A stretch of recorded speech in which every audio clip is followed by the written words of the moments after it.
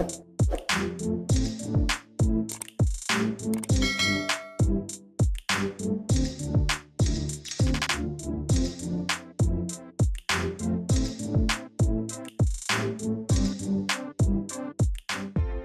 brosis, selamat datang di channel Opoki, tempat berbagi informasi yang bikin pintar.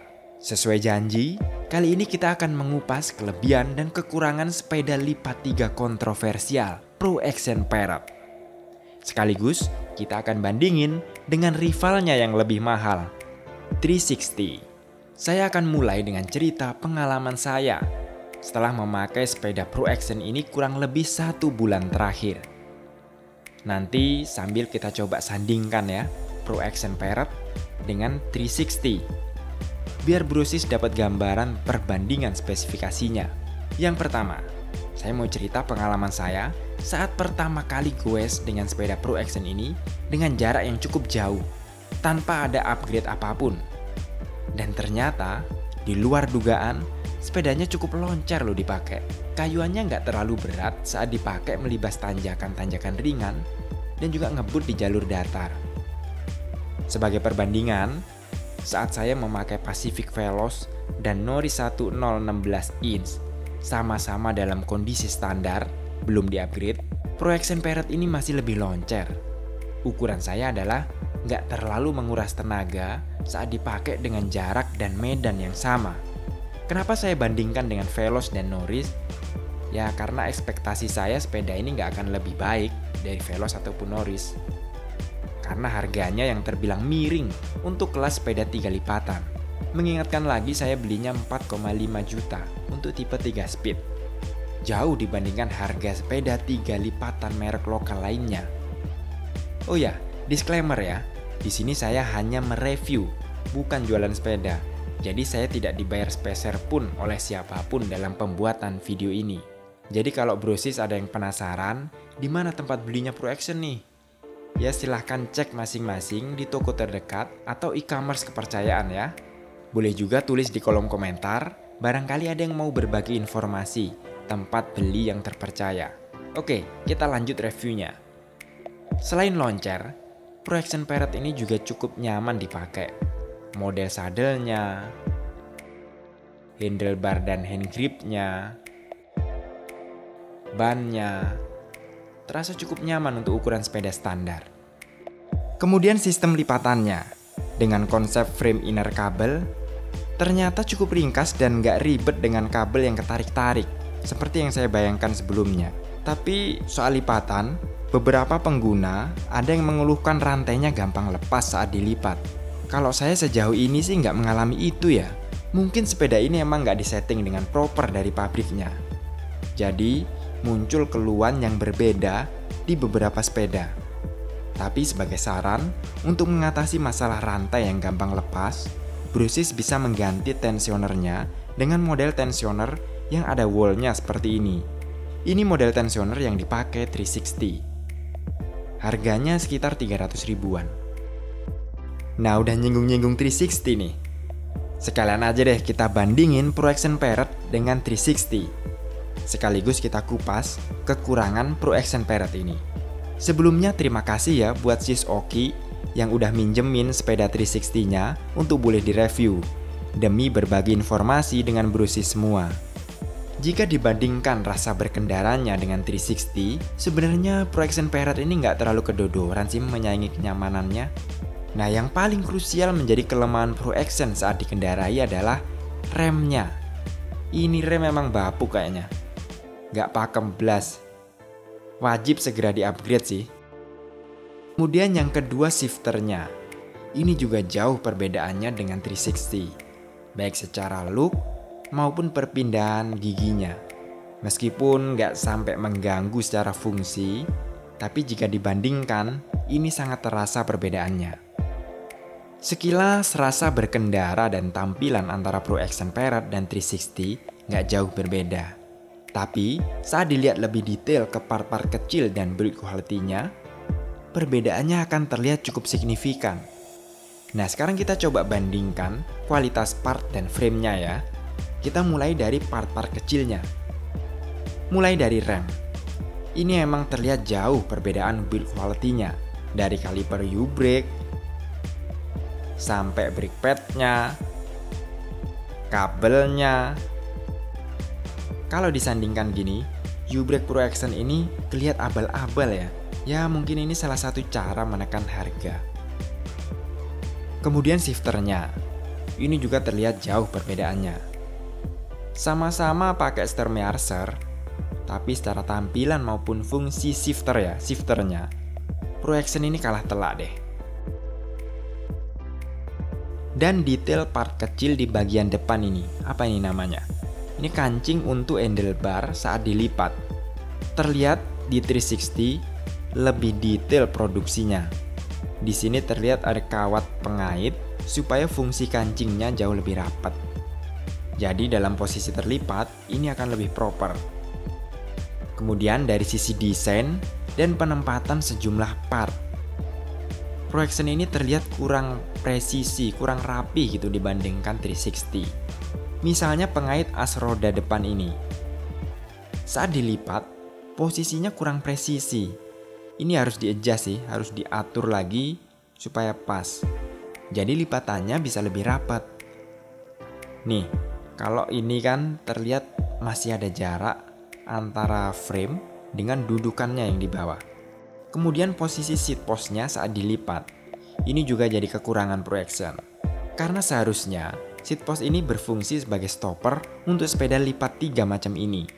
Jadi saat dilipat, posisi seat post akan menahan triangle agar tidak lepas saat sepeda ini diangkat. Nah di Pro Action posisinya ini kurang presisi. Jadi kalau diangkat ya jadi kebongkar lipatannya. Tapi harusnya bisa di-adjust lagi sih ini. Nanti saya akan coba cari solusi dari kekurangan-kekurangan ini. Silahkan di subscribe biar sama-sama update informasi. Lanjut lagi ke bagian as roda. Ini juga ada detail kecil tapi penting yang tersemat di 360 tapi nggak ada di Pro Action. Ini kan terlihat ada cup atau cover hitam yang menutupi baut as roda. Nah detail ini nggak ada di Pro Action. Padahal fungsinya cukup krusial meskipun kecil. Karena ini untuk melindungi frame dari goresan saat sepedanya dilipat seperti ini. Oke, berikutnya kita cek tensioner yang jadi momok Pro Action. Nah bagian tensioner di Pro Action ini emang nggak ada wallnya, yang seharusnya berfungsi untuk mencegah rantai lepas dari trek ini. Jadi lepas ke kiri atau lepas ke kanan. Biasanya ini jadi sumber masalah rantai lepas saat dilipat pada sepeda Pro Action. Beda sama tensionernya 360. Tuh kelihatan kan ada wallnya. Dan di Pro Action ini nggak pakai gear hub kabel puli. Nih kalau Brompton atau 360 ada hub kotak hitam ini. Ini fungsinya kalau saya baca-baca ya, untuk membengkokkan 90 derajat kabel shifter biar rapih terpasang di frame dan nggak ganggu pergerakan kabel baik saat dilipat maupun saat dipakai. Mungkin karena pakai inner cable, jadi jalur kabel shifternya di Pro Action bisa dibikin lurus di bagian bawah triangle kayak gini. Jadi nggak perlu tekukan lewat atas lagi seperti yang terpasang di 360 maupun Brompton. Tapi mungkin ada yang punya pendapat lain soal ini atau fungsi dari gear hub ini. Boleh komen di kolom komentar ya. Sekarang kita ke bagian frame. Wheelbase-nya kelihatan jelas perbedaannya. Pro Action ini sepanjang 100 cm. Kalau 360 kurang lebih 106 cm, lebih panjang 6 cm. Kelihatan kalau dilipat, posisi ban depan dan belakang 360 bisa lurus. Ini berkaitan dengan kepraktisan lipatan dan posisi berkendara. Jadi dengan wheelbase yang lebih panjang, pasti akan lebih nyaman dipakai orang-orang dengan postur badan yang lebih tinggi. Tapi yang nggak terlalu tinggi kayak saya sih, rasanya malah lebih pas pakai yang nggak terlalu panjang ya. Nah kemudian yang paling banyak di komen nih di video pertama, kualitas las-lasannya. Kalau kita bandingin sama 360 sih emang jauh ya. 360 kelihatan jauh lebih rapi las-lasannya. Dari sisi frame dan las-lasan, ini kalah telak sih Pro Action. Kelebihan projection cuma satu, inner cable.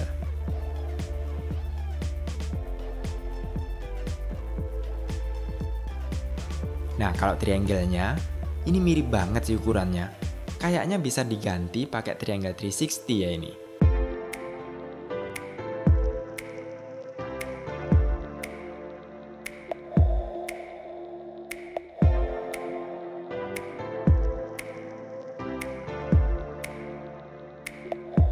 Oke brosis, kira-kira itu kelebihan dan kekurangan projection parrot menurut saya. Nah, ini saya kasih list part yang wajib segera di-upgrade untuk improve kualitas projection parrot. Yang pertama dan harus segera, brake setnya. Apakah perlu satu set rem ini diganti? Dari handle rem, U-brake, brake pad sampai kabelnya. Nanti akan saya cobain dulu ya. Jadi akan ada video berikutnya setelah sepeda ini saya upgrade. Silahkan subscribe ya. Dan yang kedua yang harus di-upgrade menurut saya, tensionernya. Khususnya yang punya masalah dengan rantai copot saat dilipat ya. Kalau yang nggak punya masalah dengan itu seperti kasus sepeda saya ini, ya mungkin nggak harus buru-buru. Kemudian yang ketiga, ini penting untuk sepeda baru pada umumnya sih. Jadi biasanya rim tape bawaan pabrik itu kualitasnya kurang bagus. Jadi membuat ban dalam rawan bocor halus karena bersentuhan dengan jeruji bagian dalam. Ya biar nggak was-was aja. Lagi enak-enak goes ban gembos. Mending diganti aja sih rim tape-nya. Kalau kualitas ban Kenda bawaan Pro Action, ini sih udah cukup menurut saya ya. Ya nggak bagus-bagus banget, tapi udah cukup nyaman. Nggak urgent lah untuk upgrade. Kecuali emang duit berlebih, ya bebas. Kemudian beli cover penutup baut as roda. Biar nggak lecet-lecet frame-nya. Sama dudukan pengait lipatan ini, perlu disetting biar lebih rapi nanti lipatannya. Kemudian beli stopper untuk nahan lipatan. Mungkin bisa pakai punya Pikes, biar lebih rapi juga lipatannya. Terakhir, seat post. Kalau emang dirasa kurang panjang atau kurang kece tampilannya, ini bisa diganti. Udah itu aja sih menurut saya. Yang lain-lain nggak terlalu mendesak. Hub dan cranksetnya udah cukup loncer sih menurut saya. Jadi sambil dinikmatin dulu aja sepedanya. Paling ini kalau nemu yang cocok, coba upgrade shifternya. Saya sih masih coba cari tahu ini ya. Kira-kira apakah bisa pakai shifter 3 speed external gear? Atau memang harus shifter khusus internal gear? Yang punya info boleh berbagi di kolom komentar ya. Tapi nanti saya akan cobain. Jadi saya akan coba ganti shifternya. Nah, di video berikutnya, saya akan tunjukin hasil upgrade sepeda ini.